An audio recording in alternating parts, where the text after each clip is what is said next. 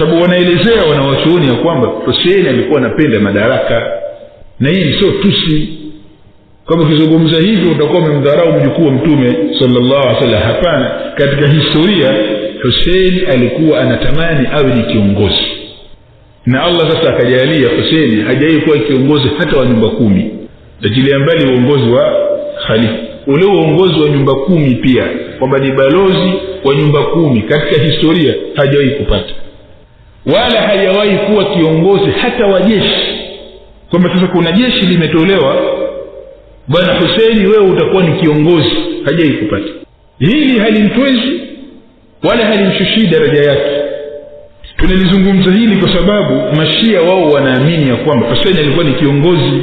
Hussein hajawahi kutawala, alitawala nyumba yake tu, mke wake na watoto wake, basi ndio aliweza kuwatawala, lakini hajawahi kushika madaraka ya kijamii katika uhai wake wote.